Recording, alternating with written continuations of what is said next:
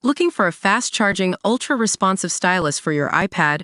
Meet the 2X Fast Charge Active Stylus Pen, designed for 2018 to 2025 Apple iPads.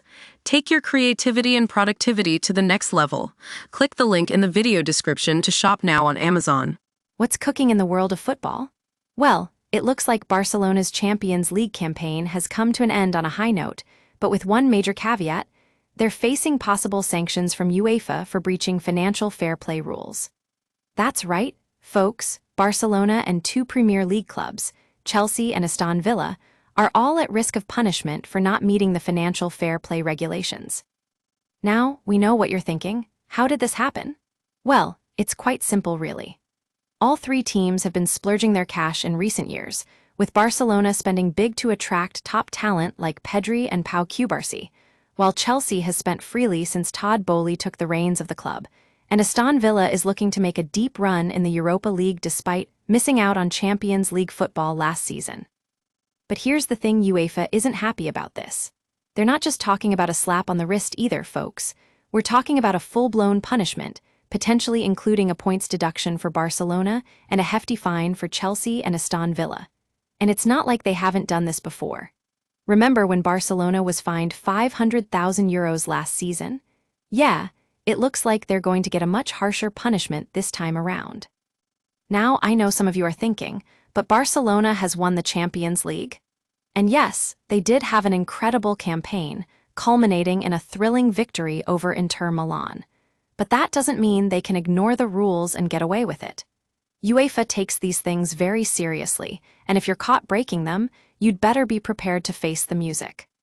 So what does this mean for Barcelona's chances of success next season? Well, we'll just have to wait and see, folks. But one thing's for sure: they won't be able to coast on their past successes. They'll need to make some serious changes if they want to avoid getting punished. And it's not just Barcelona that needs to worry about this. Chelsea and Aston Villa are also at risk of facing sanctions. But before we get too caught up in the drama, let's take a step back and talk about what made PSG's Champions League campaign so special.